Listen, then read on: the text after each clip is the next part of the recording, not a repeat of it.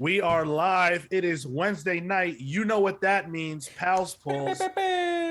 All four of us are here tonight. We're going to be talking about what I thought were four of the bigger books this week. We've got Batman, Superman, World's Finest, #1. The official return, I guess. Is that a Jim Lee cover? It sure is. No. I'm sorry. It's a Fabok.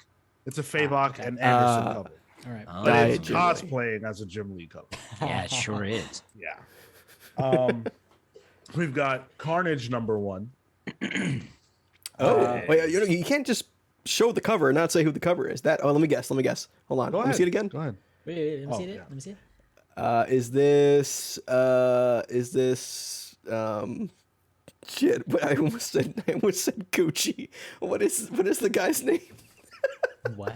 He's doing Avengers right now. I have no idea what you're talking about.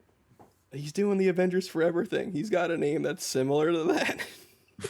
Well, it's not that. I'll look it up. Hold on. It's Israel Silva.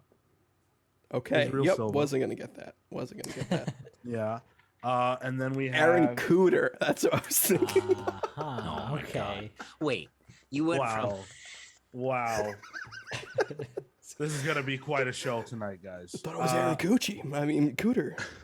We've got Eternals, the Heretic. Let's go. Mm-hmm. And King Spawn, #8. King Spawn. The superior cover. Yes, I will say. agreed. Yeah. This week, this is the superior cover. Also, we are not superior reviewing. book. Oh boy! We're gonna get all into right. that. We're not reviewing this book, but I did need to show this cover off anyways because I really liked it. Can anyone guess? Anybody want to throw a guess out there before I show it? X Lives. Definitely not. Catwoman. Of course. I did see that. Look at that. Are you kidding me? So for those of you who can't see what I'm holding up, it's from Catwoman 41 by Teenie Howard. It's Catwoman literally staring face to face with a very large woman with her tongue out. It's beautiful. Sean, are you reading that Teenie Howard run, or are you just horny buying it? Dude, listen. I'm not going to answer your question, but I will say the covers are pretty, and I don't know what happens in the book. Anyway. Okay. Plead the fifth. Got it. It's also 3/16, so that's Stone Cold Steve Austin Day. In honor of that, my man Tyler is drinking to the legend himself, Stone Cold. What do you got there? What kind of drink is that, Tyler? It's a hay burner from Broken Ditch Brewery in Buffalo. It's a local place in Buffalo. So Okay. Right, nice. Stuff. Big Ditch Very Brewery. Big Ditch. Big Ditch. Very good. Shout out to Big Ditch. Good stuff. Also, if you guys want to support the show, there are plenty of ways that you can do that. Right here on Twitch, we're live right now. If you guys want to help us out by leaving us a follow, being so kind as to subscribe, we really appreciate that. We go live every Wednesday at 6 p.m. Eastern and every Saturday at 10 a.m. Eastern for the main show. What are we talking about this week? I have no idea. I feel like nothing has happened. I come up with a game again if you need me to. We'll probably be playing some kind of fun game, which I had a great time last week. But youtube.com/thecomicspals to subscribe for free, like the video, share it with your friends. All that stuff's free to do, and it helps us out a lot more than it costs you. Make sure that you check out our most recent review of The Batman. Go run those numbers up. People keep watching the movie, so as you find it, come check out our review. And then also our upcoming book club, Batman. What's Black Mirror. Black Mirror. Black Mirror. Batman Black Mirror. Scott Snyder's first real at bat with Batman. It's a great book. Frank Avia is on that. Avilla's There's a on that couple as of well. people, right? Backup stories. Jock. Yeah, it's good- Jock. it's good time. Frank Avia does the James Gordon Jr. Yeah, one? James Oh, Gordon boy. Jr. Oh boy. Good shit. Yep, very good shit. Let's get into our first book of the night. Batman, Superman, World's Finest, #1. So this is, as I said, Mark Waid, Dan Mora, one of my faves, Tamra Bonvillain on colors, and Aditya Bidikar on letters. This Stacked team. Yeah, very stacked. DC clearly wanted to make this sell, and I'm sure it will. This wasn't what I expected. Not in a bad way. I thought this was very good, but it was not what I expected. I thought it was a little clunky. Yeah. The first, I think like the first act sort of, the dialogue was kind of quippy and almost some of the moments felt incomplete. Try to pull up an example, but yeah, I didn't connect with the script immediately. Just kind of threw me off.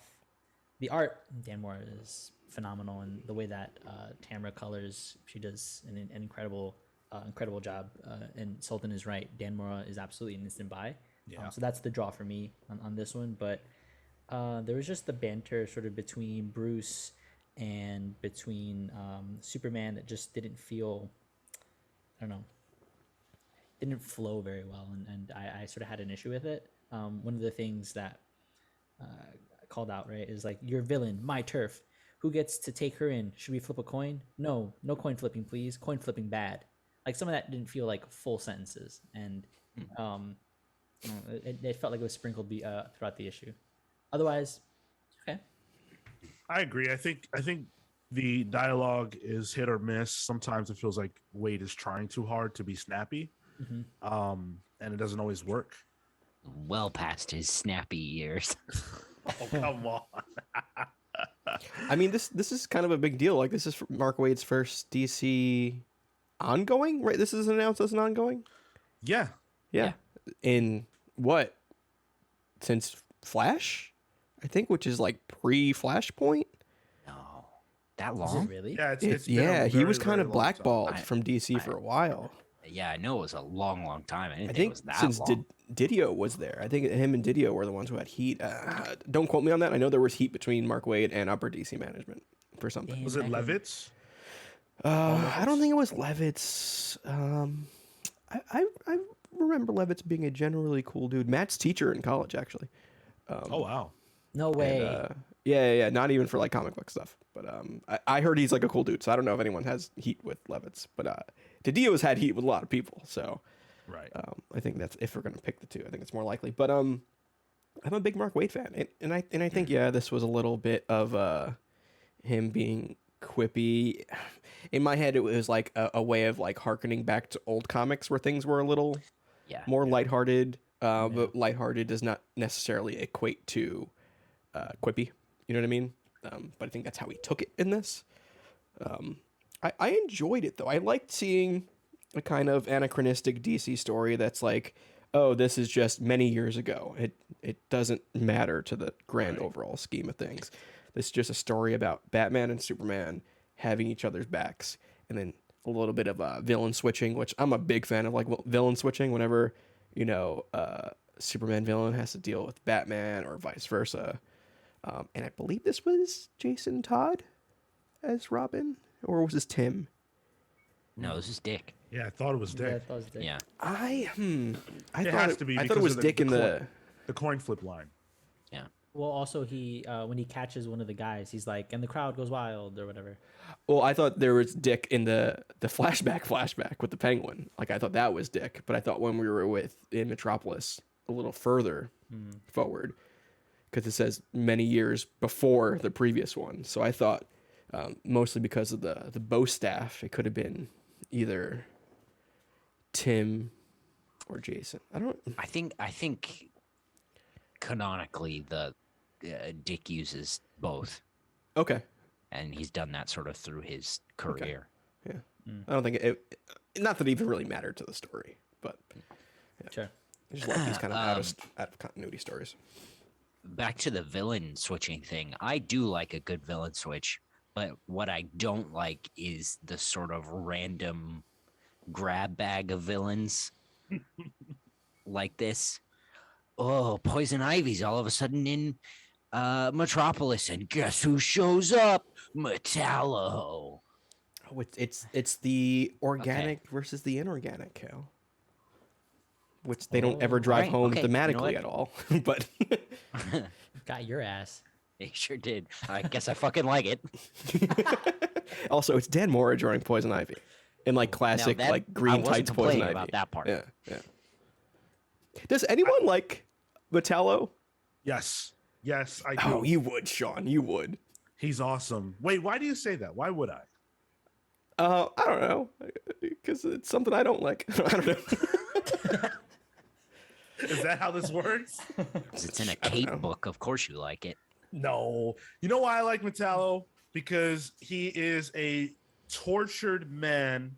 He's a machine, a tortured machine who was a man that can't feel anything. So all he's gonna do now is just go on a tour de force of vengeance. I'm into it. Come on, Tyler. He's the man with the kryptonite heart. Yeah. Have a heart. That's such a good old classic comic book kind of thing. I love that. Dude, and then I I will- like the lettering because like Yeah. different colors on Yeah. it. Dan Mora did make me like Metallo a little bit more in this. I will say that. I'll give him that. CW Gordon, thank you for joining us in the chat. They're both greenish. That is true. That is Facts. a connecting tissue that we Facts. neglected to mention. So It's good true. point. Drop that follow if you haven't. Welcome. He Hope did. you, He did. Somebody, he just yeah, followed somebody us. Yep. subscribed. Yeah, CW Gordon gave us a follow. Not a, yeah. Sweet. Awesome. Thank you, Thank man. This was a gorgeous comic book. Like, this was one of the best looking books that I've read all year. The colors were just amazing. Like, take a look at this page. This page right here that I'm holding up is just Superman going through hell. The red kryptonite, by the way, full spoilers, sorry, didn't say that before. The red kryptonite is working him over, and he's just throwing hands with whatever he can. He thinks he sees Zod. He he loses all his skin. It's just a bad time to be Superman. And Dan Mora makes it look so fun, even though it's nightmarish. Like, think about all the different kinds of ways you could depict what we're seeing right here. You know, like Sure. that could have been horror, that could have been anything, that could have been funny, but Dan Mora just makes it look classically cool and fun. It's great. We're forgetting to mention that they bring the Doom Patrol into this. Yeah, Which, that was oh hype. man, I was hyped for that. And this That was is a like lot of fun. TV cast Doom Patrol. It's like the original, not like the Grant Morrison one. I don't think Rita Farr ever really shows up often in Morrison's run. But yeah, seeing that, like that weird team kind of juxtaposed to like, oh, this is classic superheroes here.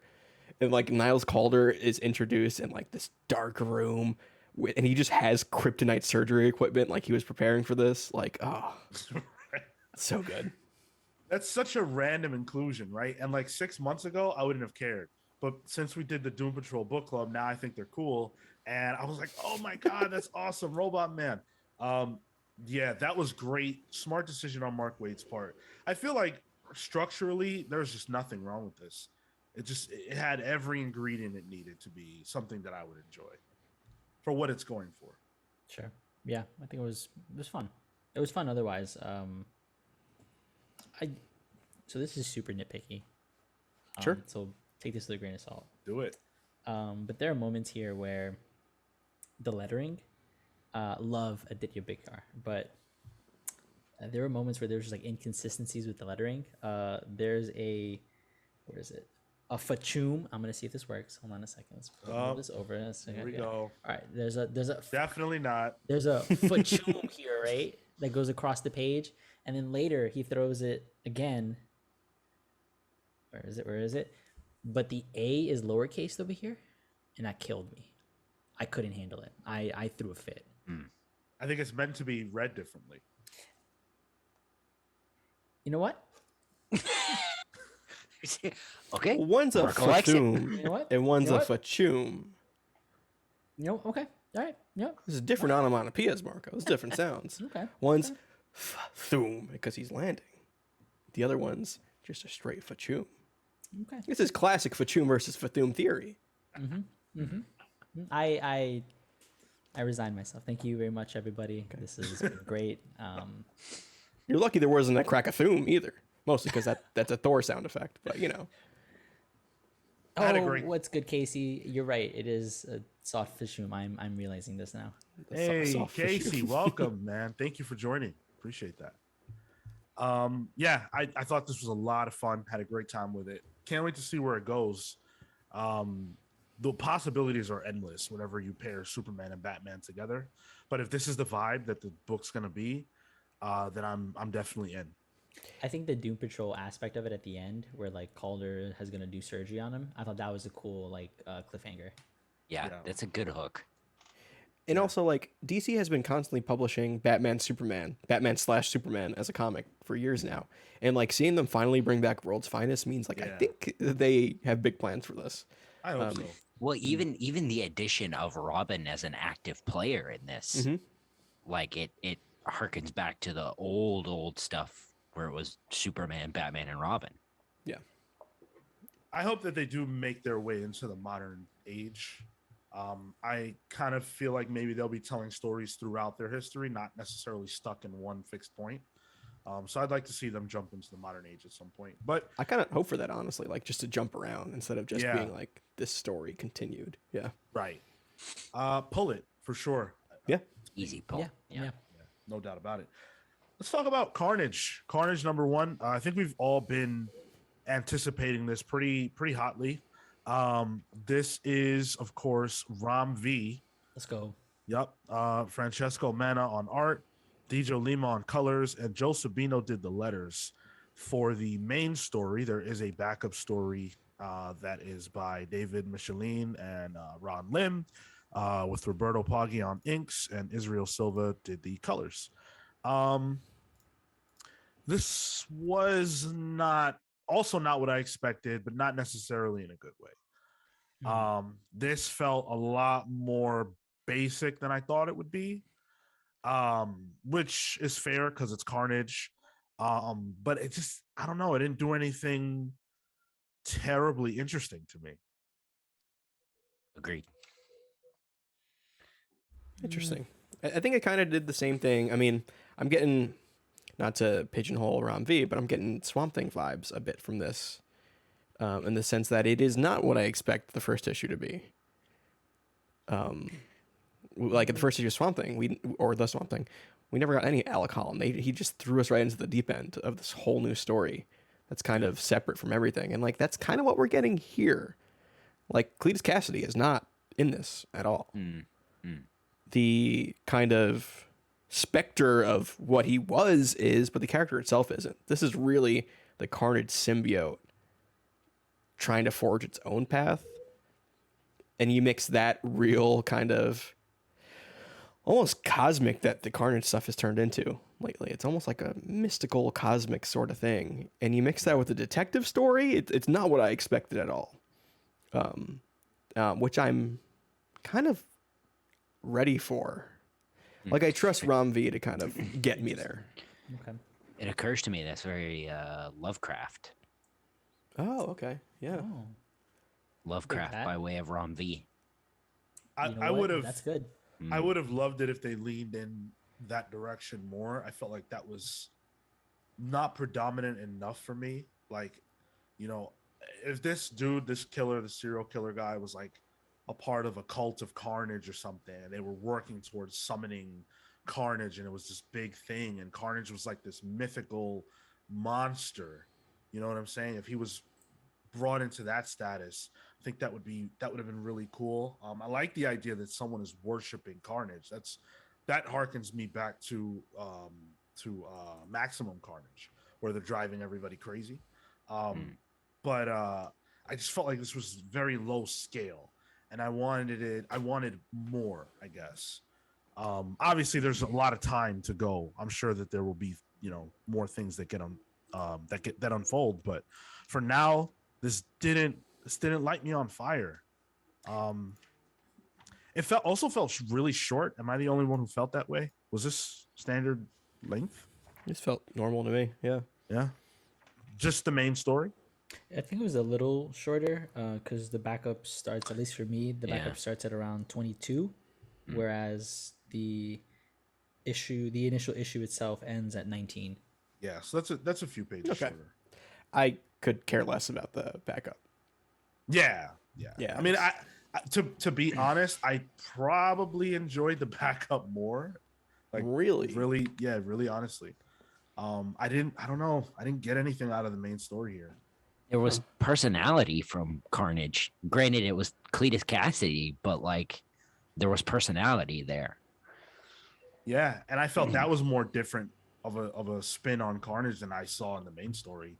Carnage just not slaughtering someone, Carnage like sympathizing with someone. Well, I thought that was utter bullshit, but I agree with the first part of what you said. I don't know. I was getting like some True Detective season 1 vibes from the main story. And I think that's the problem. Is it Okay. starts at like the first 10 minutes of Hannibal or whatever. Like Fair. it's you get this crazy opener and then it drags until something happens.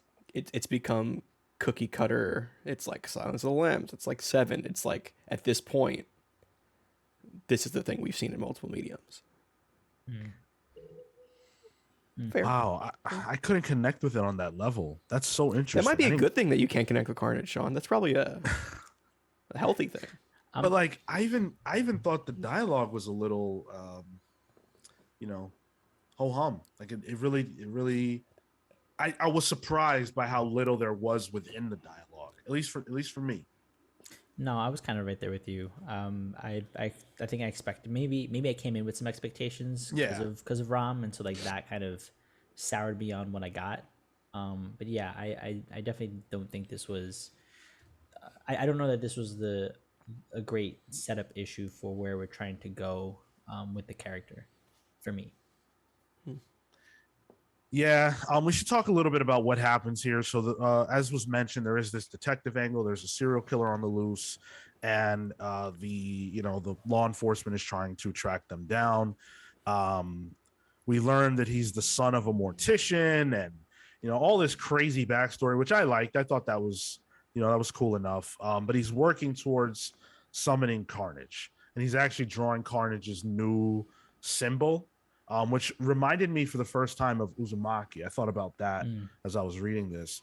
Spiral. Yeah, the spiral. But we do get a really cool Carnage image right here. I'm holding it up. It's nothing too crazy. It's almost a full page splash of Carnage, just kind of like coming in from the ceiling, I guess. But he's all tendrils and limbs, and it's just nasty. I really appreciate the way that Carnage is drawn here. He almost doesn't even look real. Like when you look at his mouth, for example, like there's just like some level of intangibility to it that I like. So the art I thought was pretty good in the Carnage parts. But the more human stuff, the detective stuff, I didn't feel like the art was. I didn't feel like it was appropriate for that stuff. It wasn't moody enough. Interesting. I did like the art. I thought that it fit sort of the vibe for it.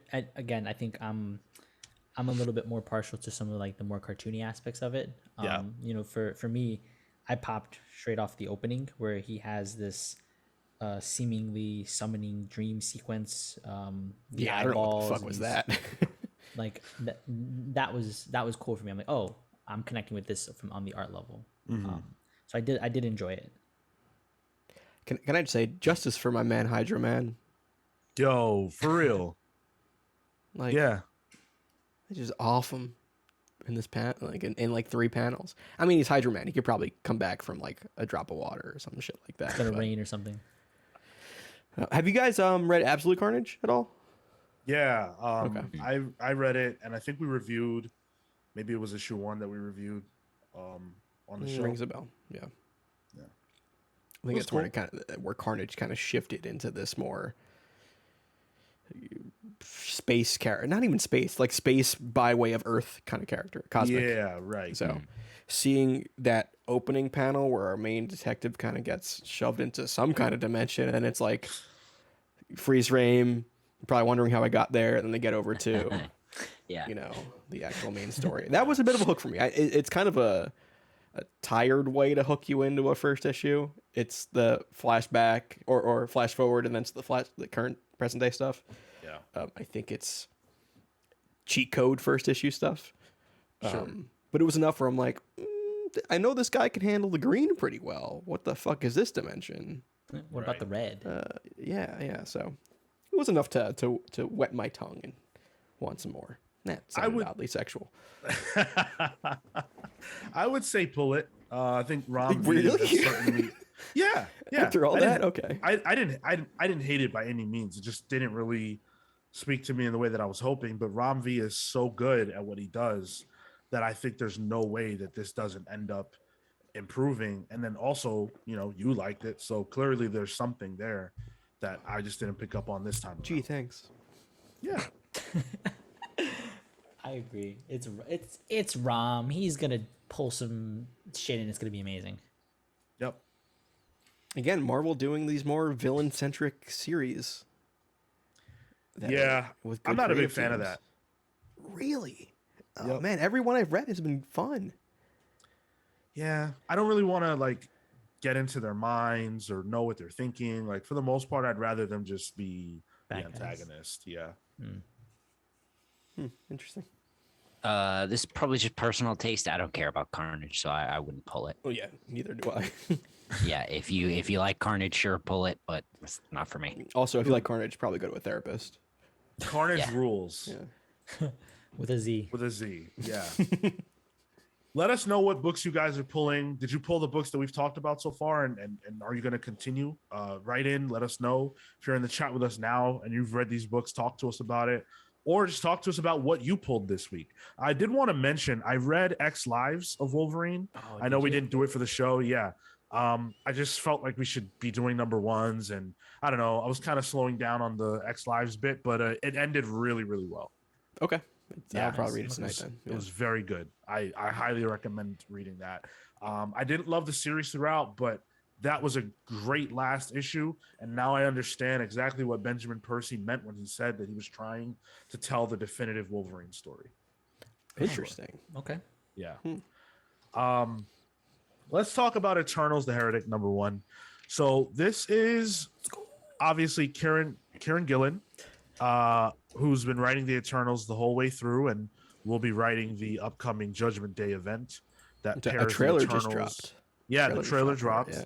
Mm-hmm. It pairs the Eternals, the Avengers, and the X-Men off. This has nothing to do with that, but the art's by Ryan Bodenheim, who, by the way, rest in peace. Unfortunately passed in 2021. I think we reported on that at the time, but it's kind of weird to be reading someone's posthumous work this way, Yeah. or observing it, looking at it. But it's cool also that his art precedes him. Like he may be gone, but there's still his work, and his legacy is enshrined here. And I thought the art was great. So, right up front. But also Edgar Salazar was a part of the art team here. And then Chris O'Halloran did the colors, and Clayton Cowles did the letters and the designs. Now, should mention that Cale was challenged for a comics tag this week to read the rest of the Eternal stuff. I don't know how far you got, but we'll talk about that a little bit later. This issue I read after I read Eternals #10. I wasn't sure if there would be some kind of connective tissue, so I wanted to make sure that I read that before this. I really did not like that issue at all. No. Not 10 at all. or this? That one, Eternals Issue 10. 10. Yeah. okay. Wow, I didn't like it. I'm not sure I read that Um, yet, so Yeah, I'm not going to talk about it except to say that there is a panel with Carol Danvers in it. Oh my god. Did you read that? Yeah, I did. Oh is my it a god! Sod Do you Rivet guys Carol want me to show Danvers? it? I'll show it. You show it. All right, Show give it, me I one haven't because second. downloaded. Hold It's so bad. Just for the conversation, I am completely caught up with Eternals. Oh no! Are you is really? Is it like Yeah. the second page? Yeah. Okay. Yeah. It's, Wait. So bad. It's not good. So you've caught up? Wait, I guess we'll leave it for later. Never mind, because I want. Honestly, we can do the. I mean, Cal's discussion on this might include what he. Let's just lump it all together. Just look at this. Yeah, look I at just this saw it. face. That is brutality, dude. That's rough. It's a shame That's too, because that's I a love Asad Ribic. big pen sketch, man. I'm telling you, I do not like Assad Ribic. I know that's not part of this. Ooh, I will man. talk about that more. I don't like it. No. Well, let's talk about the Heretic, because I felt very differently about this. I thought this issue, this was my pick of the week. I thought this was awesome. Okay. This is what I'm talking about. So first of all, that device of the world or the machine or whatever being the narrator, hate it. I Really? I Okay. skipped almost every single narration in Eternals 10. I can't do it.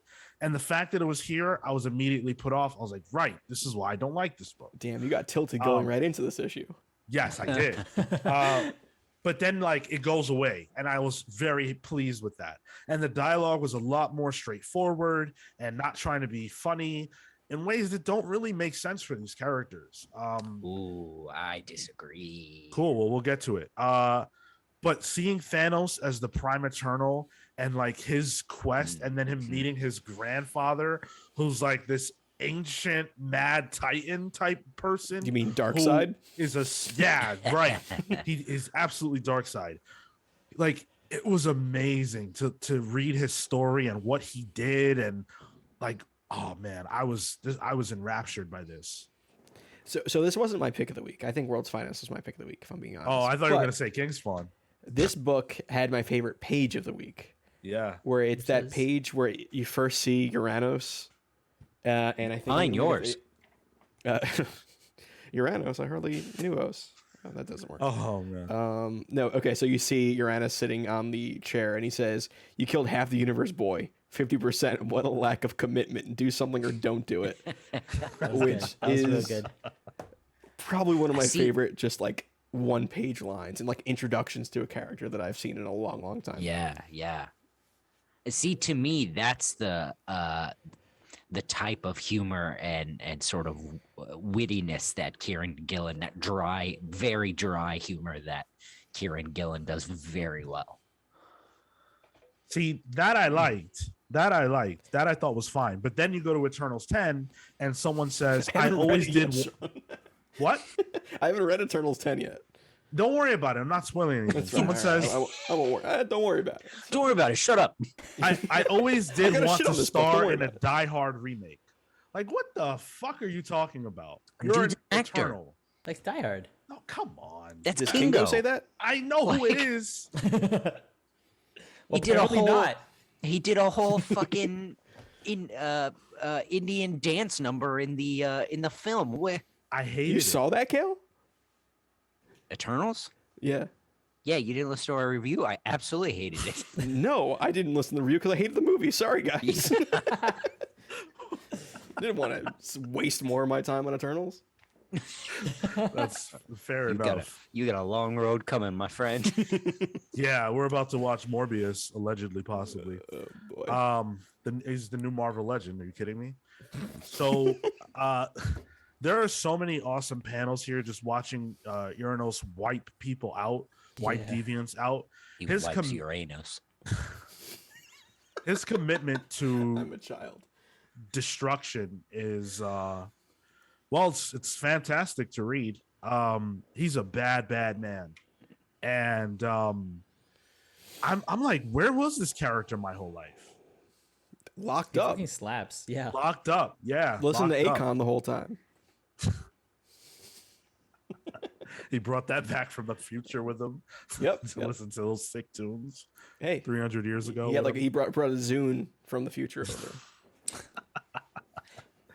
How do you guys feel about the like data dump pages and like the lore? In this one, it really confused me, especially as like a new reader to the Eternals, and like I had to read it, sparsely through the weekend, and then I had to like cram a bunch of issues today. It really doesn't work in a hurry. I do like the distinction. Like we always talk about the X-Men data dump panel pages, but these are distinct and they are different. And typically throughout Eternals, I will browse it, and if something catches me, then I'll continue reading it. But this issue, I actually found it kind of interesting. I think it was like the whole, I guess, Uranos's kind of programming and how he viewed things and the different. I guess how do they word it? The different things that he viewed. Let's see. There was like the family tree page. Right. His Age of the principles. Thesis on his principles. Yeah. Yeah. I kind of like that. Because the way Gillen's kind of been making the Eternals throughout this whole thing is like, yeah, there is the machine, and then we get the narration from the machine. But these characters are in their own way machines with specific directives, and Mm. and I think it's like a weird play on fate versus destiny and kind of that as well. But seeing someone as cold and calculated, who like made Thanos seem small, which was really interesting, seeing his view on things. And this is a character from the Kirby era that looks nothing like the way he looks currently. I looked him up. I'm like, oh, is this like a first issue? Should I grab this or something? Is this the first appearance? It's not. But seeing that like modern, take on the character was really interesting to me. It's been feeling like with these data dump pages, they've been feeling like lore. Like it's just building up this whole universe for the Eternals. Super Jack Kirby stuff. Like he's Gillen's building his own foundation for some of this, and that's been really cool to see in the data stuff. Sultan called out, he's a big fan of it, and he's been really digging it since like the start of the start of the series, and I have as well. It's cool to see him create this universe, a la like the Fourth World or these high concept things. He's expanding mythos, and that's cool within the space of comics. I like. Yeah, go ahead. For me, what works with that is the voice. Mm-hmm. Yeah. When, like I said, when you're in a hurry trying to read it, it is a bit of a slog, but the voice really peppers in flavor. Mm-hmm. I dug this. I like the one on his thesis. I thought that one was really good. But I do have to say, I thought this, like, I rolled my eyes. The one that's protect Celestials, keyword protect. All right. I like that part. Like, who are you trying to own someone? Like, when you get like into it, he's like, he says like they're too important to let roam free or something like that.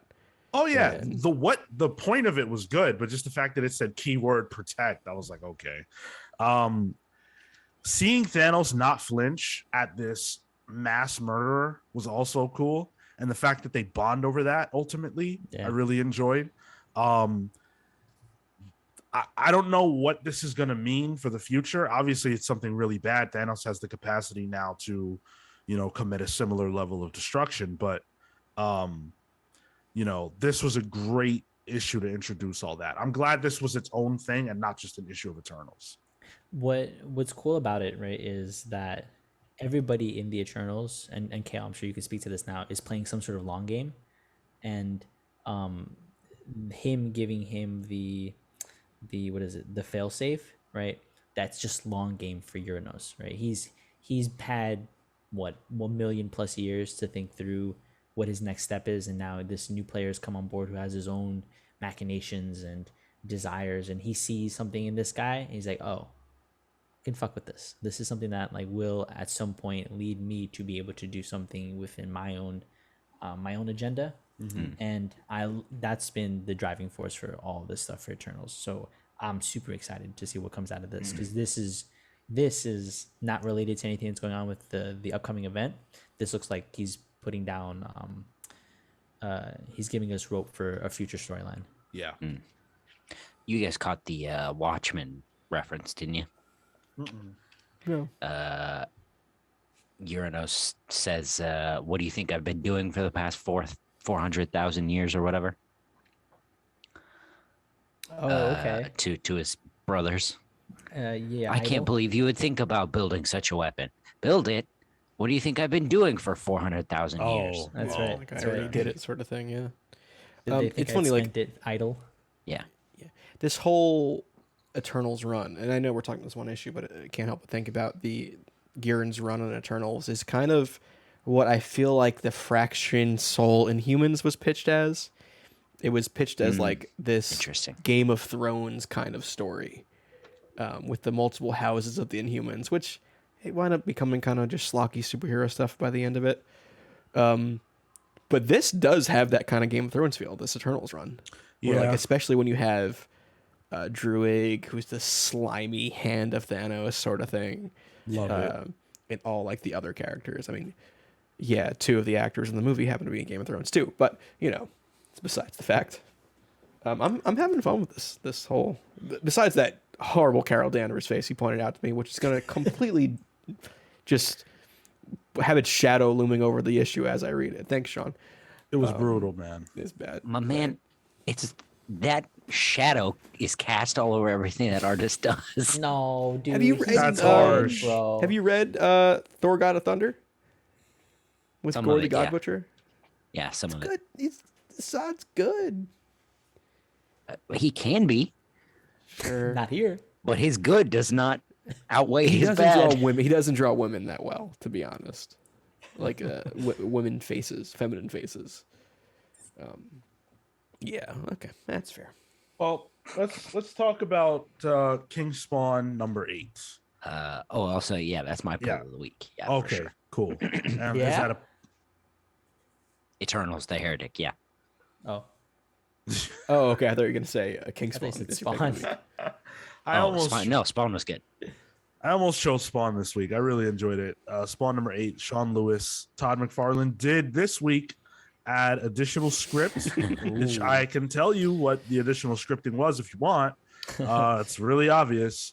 The art by Javi Fernandez with Thomas Nachlik from Magnus Arts. FCO Placencia did the colors, which you can tell. Like, this looks like Scott Snyder's Batman run. Yeah. Color wise, and then letters are by and World Design. I really, really, really like this issue. This was so good. The pieces are finally starting to come into play here, and the agenda of the Court of Priests to make Spawn the king, and him kind of like wanting to reject it but leaning into it at the same time. This one-winged angel is awesome, and his whole backstory was super cool. I love the Gaia, and like just everything that happens in this issue I thought was so good. The only thing I didn't like was the narration, but and I'm pretty sure that's what Todd contributed, but everything else I thought was sick. The narration is so bad. It's so unnecessary too. It's literally like How are you telling gonna know us what's what going we're on seeing the on the page? page. Yeah.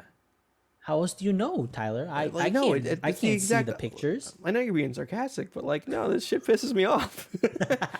it's like have some faith in your reader. Yes, I know it's Spawn readers, but have some faith. Oh, Oh shit! you better put that on TikTok, bro. They might. I They might Ugh, I don't want to get shit DDoS on you. TikTok again. Jeez. You might subscribe so we can. They can rip Get some off one of Tyler's followers. names. Yeah. No, I mean like I agree. Like literally, you take the narration boxes out of this, I think it's a much better comic. yeah. And But the that's why narration they're in boxes there. are stupid. Yeah, pretty much. Oh no! Yeah, they're just. Trapzord says not cool. Look at that. That's my bit, Trapzord. That's my bit. I don't like Image Comics. Just kidding. What's up, Trapzord? Welcome. No, like it's just like honestly, I enjoyed it, and I almost want to like go in Photoshop and like take out all of the narration boxes. Like I think it would be a, dare I say, good issue without it, but like it just took so much away from it. But see, Spawn is so cool that the Lord had to take it down a notch by making Todd McFarlane put that stuff in there. Because otherwise, it would be the perfect Todd comic. McFarlane. Yeah, like the art's really good. I think Great. there's a decent. This is a. Oh, that was Look so, at Yo, that. that's an Elden Ring disgusting character. creature. so fucking good. That I is killed one that of in the Elden Ring. nastiest things I've seen. It's a giant dog monster with red hair tendrils. Now, that was the nastiest thing we've seen in a week of very gory comics. Something very gory happens in X Lives, and this was way worse than that. Yeah. Really okay. Yeah. Piqued my interest. Yeah, this and when I say worse, I don't mean in a bad way. This shit's just disgusting. And the colors on it are so muted that it gives it this like horror movie feel to it. Yeah. It feels like like this would be some shit that goes on like a heavy metal album cover, right? Like, Yes. it's like sepia tone on top of shit. Yes, which is what Spawn's supposed to be. Every page should be that. Look at this crazy page of Spawn versus Black. What's his name? Black. See, I thought that was a good page. Yeah. The one winged Azrael? angel. Black Azrael. Black Azrael. Yeah. Even though he's white. Crazy. Wait, Yeah. So what are you saying by that, Tyler? Well, saying he's that black comic because books he's have fallen. I don't get it. I don't know. I didn't get it either. I just figured we were just going for the breath bit. The breath bit. Yeah. Sean, wait, can you show the page right after that demon dog? Yeah, I got you, man. This one right here. Oh, I love that thing. Like when it just like approaches, like you get this really close up shot and has these like tendrils and arms Yeah. and shit. It's really gross. It's good. It's really gross. And the way that the one winged angel beats it, it's like so free. Like you look at that thing and you go, "Oh my god, that's like what can you possibly do against that?" And then it just dies. And correct me if I'm wrong here, but the beast on the next page is that, right? Yeah. That's what it says. Yeah. Reborn. I love that because when they first showed that creature a few issues ago, I was like, what could that possibly be? And now we know. And it still doesn't make sense. Hey, you're right, but it's awesome. I've learned to this point, and this is not a knock to Spawn at all, but I learned that I need to stop waiting for things to make sense. Does that make sense? You gotta turn off the brain. Yeah. Shut it down. Yeah. Enjoy the ride, baby. All right. But honestly, what didn't make sense? I mean, you lose me at once you start quoting Bible verses. Honestly, the narration really took me out of this. I see like, that. It almost kind of made me a little mad. I'm like, you're ruining a good comic here. It's like Gotta when quote the somebody good like book. he's like, oh, what book you reading? And they're like, oh, you hand them the book, and then they like bend the cover backwards. I'm like, no, that was a good copy. You just ruined it. Right. That's how I felt, except for that's what Todd production does when standpoint. he walks up to Sean Lewis at the studio or whatever. He walks. Oh, what you writing? That's what I Spawn. think. There's not near enough captions. He's like, I got And- some captions ready in a drawer if you want them. I wrote these while I was taking a shit the other day. Let's see how they apply to your issue. CW Gordon says they should just sell fully virgin variants with no words, just pictures. Honestly, That's hot. honestly, The art quality for Spawn books is next level, right? Like, it's good ass shit. I would not all, absolutely buy not all. This one though, I will say. this one 100%. And I would like that whole page, I'd buy that shit, right? If there was nothing there but just that, I'd buy that. I don't think there's been a Spawn book that we've read on this show that I haven't liked art-wise. Yeah. Me neither. I think they're all bangers from an art perspective, and it makes sense, right? Because that's Todd picking the artist, Yeah. most likely, and he's got an eye for that. So, yeah, I could gush about this book. I think that there's so much good here. I can't wait to see where it's ultimately gonna go. And it's so weird. I was thinking about this the other day. Like, I never read a Spawn comic until last year when we started doing these. The only thing I knew about Spawn was the movie and the HBO animated show, which I thought both were amazing, but I never looked into it. And now I'm hooked. Can't believe it. Sean, have you watched that movie recently? Dude, I haven't, but I'm telling you right now, I remember it and I love it. It ends out Like- of nowhere. I don't care. It's really good. Fair. I mean, I like me. Batman Forever. I guess I can't speak on these things, but Right. Well, yeah. You like Batman and Robin. I do. That's weird. Forever, we can look past that. But Batman and Robin, that's tough. That's the line. Yeah. But like I need to go back. I have to go back and see what I've been missing for the last almost 30 years or whatever it's been. So last thought on this, right? Yeah. FCO Placencia. I don't remember. Have they been on the book since the beginning? I don't think so. On King Spawn, I'm not sure. Because I feel like now that I'm thinking about it, especially considering the fact that we called out like the tone and like the sort of orange hues, I feel like the colors here really brought out some really good aspects for this issue. So just a shout out because I think there was a lot of good stuff there that accentuated a lot of moments. Yeah. Yeah, I completely agree. And it looks like at least the first issue did not have Placencia on it.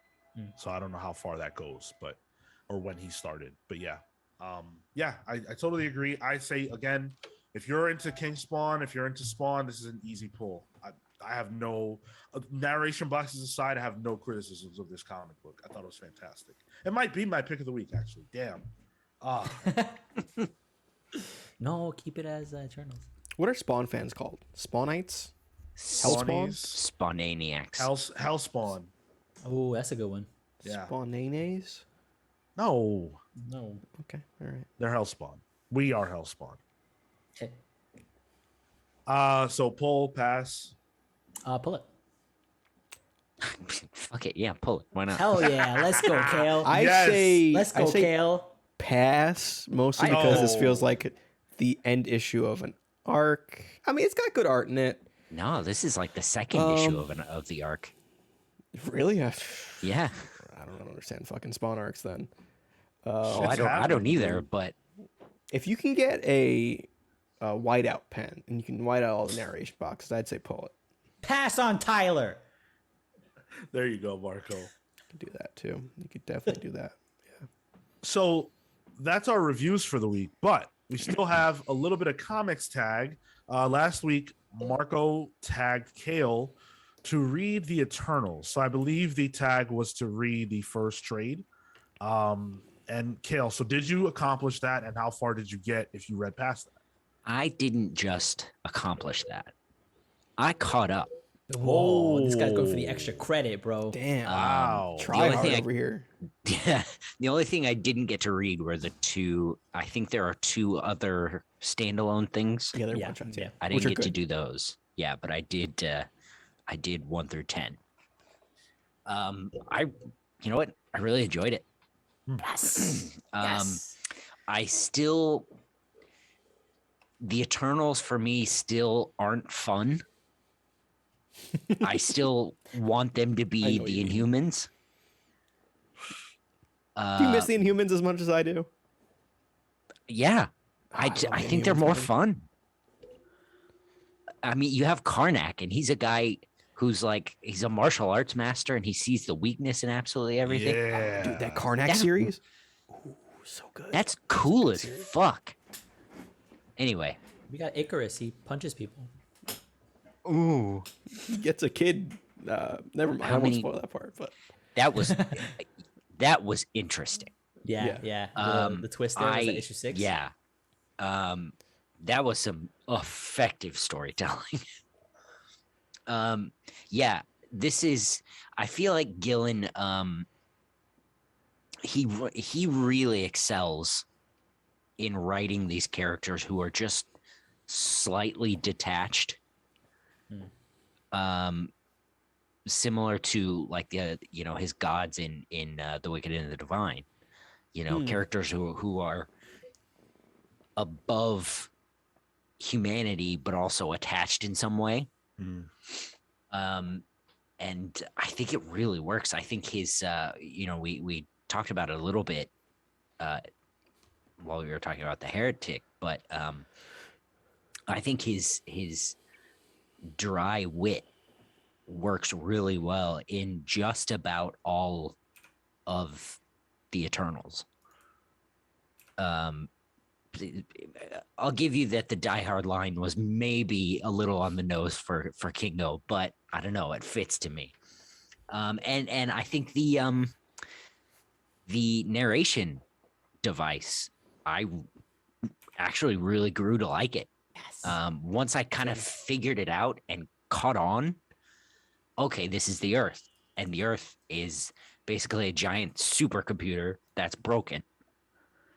And when it added the little bits of flavor and sort of personality into it, it got me even more. Like in the Heretic, when he's like, "Oh, don't go in there, don't go talk to that guy.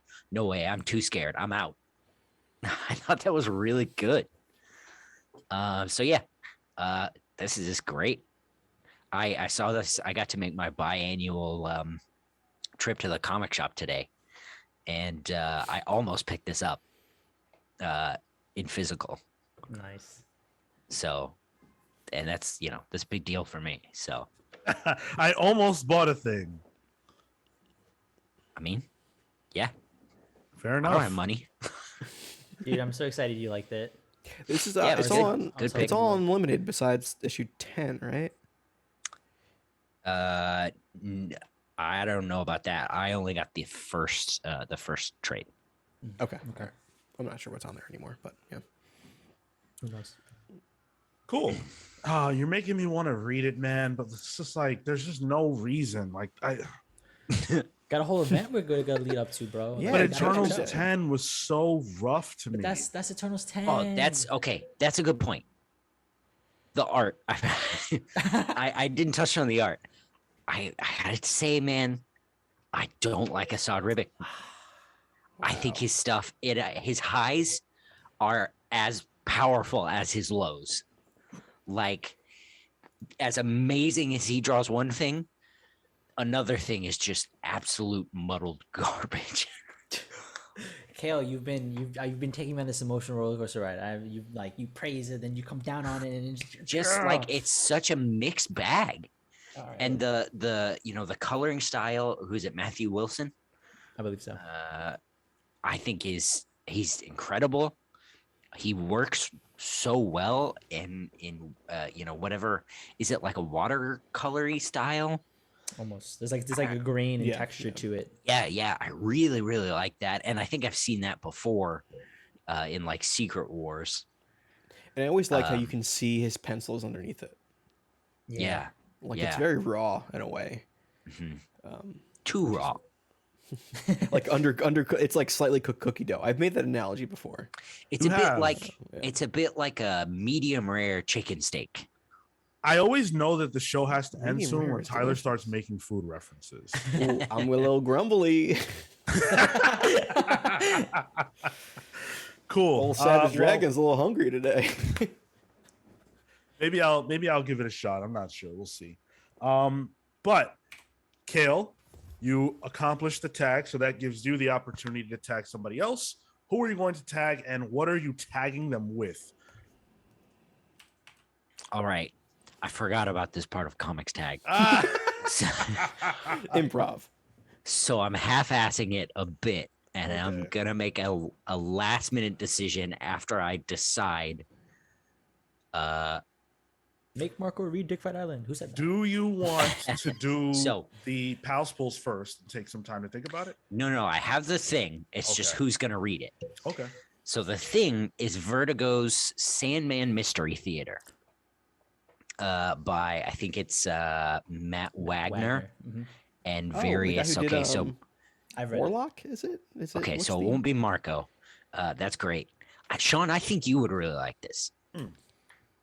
Okay, yeah, Sean, I want you to read Sandman Mystery Theater. Cool. It's the story. It's a gritty, real noir version of the Golden Age character, the Sandman. We see him. We get a panel of him in Sandman, the Neil Gaiman stuff. But this is the Golden Age pulp character in real like graphic noir stuff. Like I think in the first arc, there's a body that's like split open. Whoa. It's Gaiman, Like it right? might be No, this is Wagner. Oh, Wagner, right. Sorry. might be a good little appetizer to that Tinian Sandman stuff we're getting coming up with the Corinthian. Oh. Oh. Yeah, but in the it's same not universe, related. But yeah, I know. Yeah, Okay. Well, I will definitely man, get Sean to reading that. Sandman. Wow. Yeah. Yeah, you probably should do the first arc. Should be fairly easy. All right. You could have tagged me with something awful. And I'm glad you That's didn't do no that. So fun. thank you. That's no fun. That's just rude. Well, and I also forgot, and I would have to work pretty hard. So Is know that like what? one of your favorite You know books? Is what? that why you thought about it real quick? yeah, Okay. I truly love this series. I think it's very very good.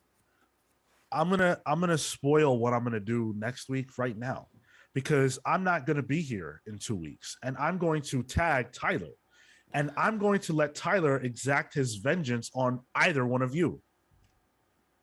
So gonna- you're gonna tell me next week what you're gonna tag me with. You're not gonna give me. Yes, I'm not going to notice, tell you okay. now, Oh, but God forbid I have time to read some. I'm gonna. Well, I didn't know I was gonna be tagged, but since it seems like you want to tag someone with something bad, I'm gonna make sure that I'm not here to be tagged with something. But then you're gonna be back next week, and then you could possibly be tagged. No, I'm saying like next week I'm gonna tag Tyler. The week after that I'll be gone, so he can't tag me. I see. Aha, yes. But what if you're not here? I think the host might forget that you're not here and might forget comics tag entirely, but then pushing it off to the next week when you're here. Wait, why would something like that happen? oh, am I don't hosting know. the next Pals Pulse when Sean's gone? Is that Oh, what I we're forgot. Well, speaking of Pals Polls, let's jump into that before we cut off this. Let's give our Pals Polls for next week. Yeah, so I'm gonna pull Action Comics 1041. Whoa, that cover. This is the Tedesco cover, Totino Tedesco. Literally any cover this guy does, I will show it off. It is fantastic. And also the actual A cover is shit. But it's literally a Alright. sword and a chain. There's not a character on the cover. So this is the end of the first arc of Sean Aldridge, Philip Kennedy Johnson's Action Comics War World saga. Right. Which has been very interesting. It has the Superman and the Authority that was in Morrison's miniseries that we had. It's a continuation of that. Oh, interesting. And it's those characters in War World, and in like issue 1, spoiler, they lose their fight. Now they're all kind of like part of War World. And it's how does Superman become a symbol of hope there. What? And it's Have very you been- interesting. You just Have you hooked been me. reading all? Go ahead. Tyler, sorry. Have you been reading all of it? Yeah, it's good. Yeah. Okay. It's really good. Okay. I need to jump on it. Manny keeps recommending it in the Discord, and I've just been lazy about it. Yeah, I recommend it because I think Philip Kennedy Johnson has a real good voice for Superman as like that, like just purely optimistic person in the most not optimistic setting. But also like you get a lot of like you get Midnighter and Apollo in it. You have Manchester Black, who has a great voice in it as well. It's just I wouldn't say it's fun. It's good. It's a little too dreary to be fun, but it is Interesting. good. And then I also picked Ghost Cage #1.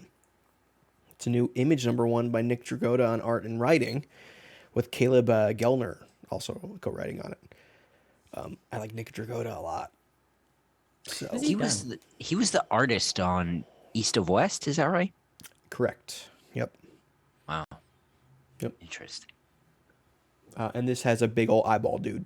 So, as a fan of the yeah. Orb, Yep. I'm into this aesthetic here. So yeah, it's an Image #1. It's always I say if there's an Image #1, just pick it up if you have the money. You know, like Yeah. it doesn't hurt to try it. So On the Superman stuff, for Comic-Con we interviewed Philip Kennedy Johnson. I was So there if for you- that one actually. I was behind yeah, the if, scenes. if you want to go hear some of like what his ideas are and sort of the concepts of writing Superman, definitely a really good conversation piece. One of the things that surprised us when we interviewed him was him saying it feels really easy to write Superman. Usually the thing is that it's difficult or you don't know how to approach him, but he said it with his confidence, and I think that it shows in the work. So definitely go check it out if you're interested. It's on our YouTube channel. Hadn't he said that Superman was like his favorite He superhero? did as well. Yep. Yeah. So that's really cool. Like once you get at bat, you maybe you would be intimidated for that moment, but it sounds like he just embraced it and jumped was right ready. in and had an easy time. As I Not get what I older, I expected. like Superman a lot more. I think is that the trajectory for most people? Like the older you get, the more you like Superman. Yep. Interesting discussion there. So we also have Sean with X Deaths of Wolverine #5. Yeah. It's the culmination of X Deaths.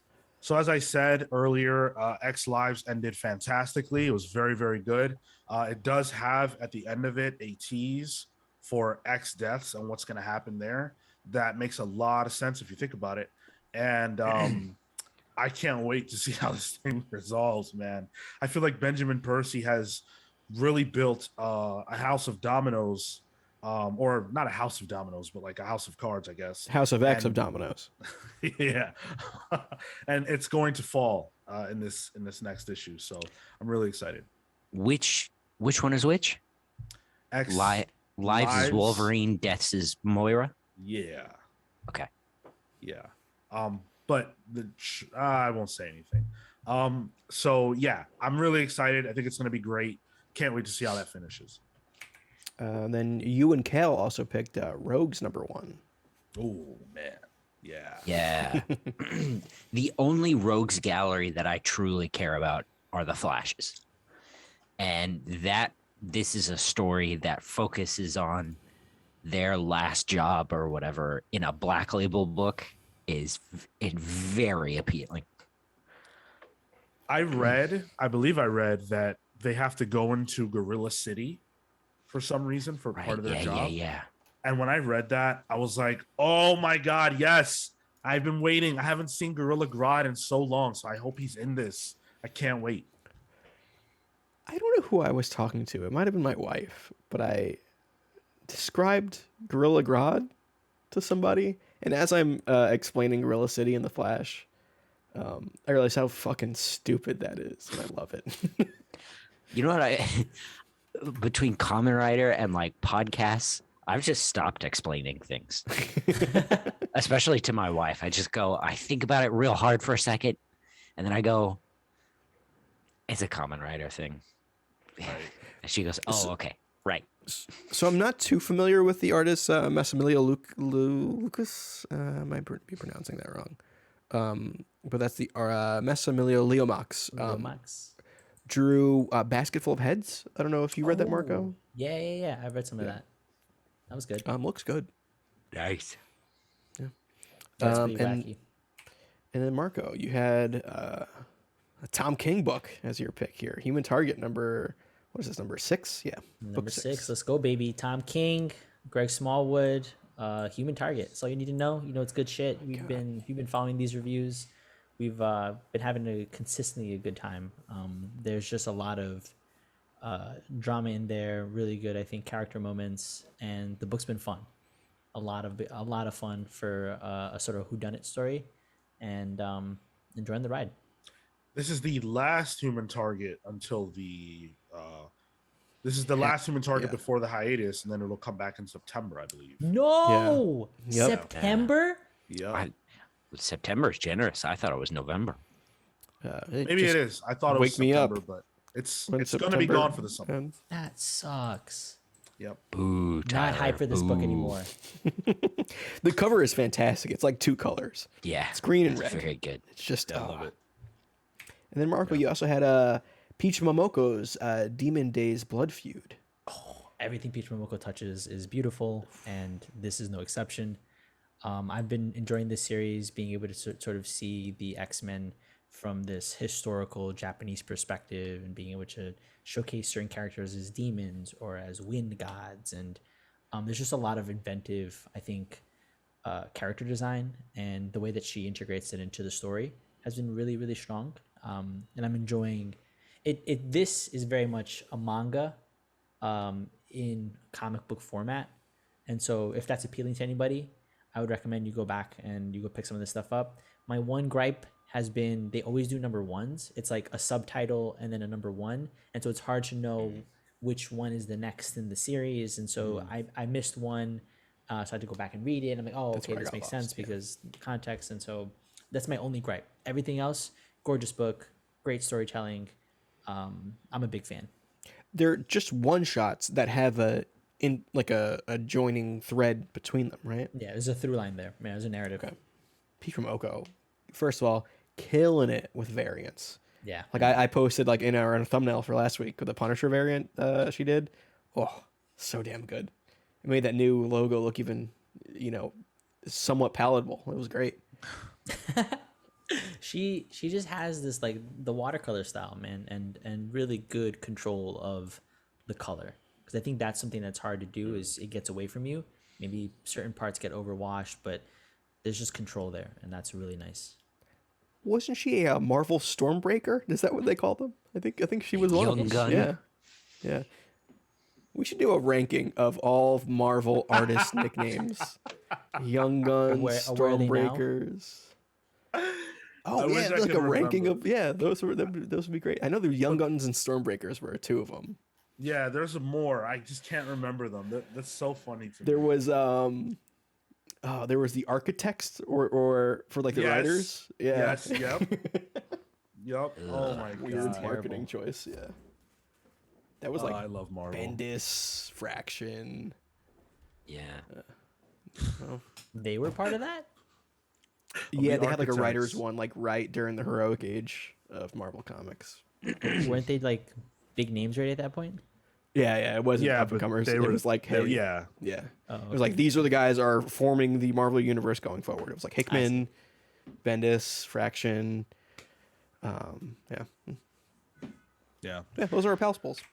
Yes. Thank you guys so much for listening. As always, you can share your pals polls with us on our Discord server, where every single week, listeners of the show, fans, you guys take to our Discord to share your polls with us. We're always super appreciative of that.